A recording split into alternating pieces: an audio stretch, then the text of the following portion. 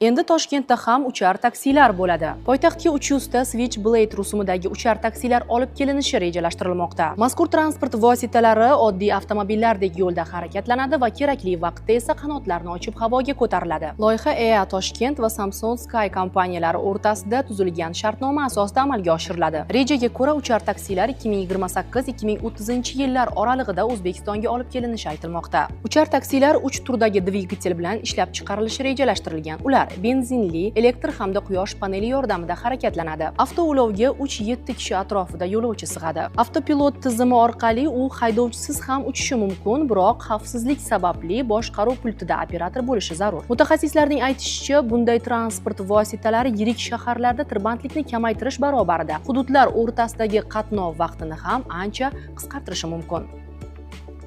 Taksilar bo'ladi. Poytaxtga 300 ta Switchblade rusumidagi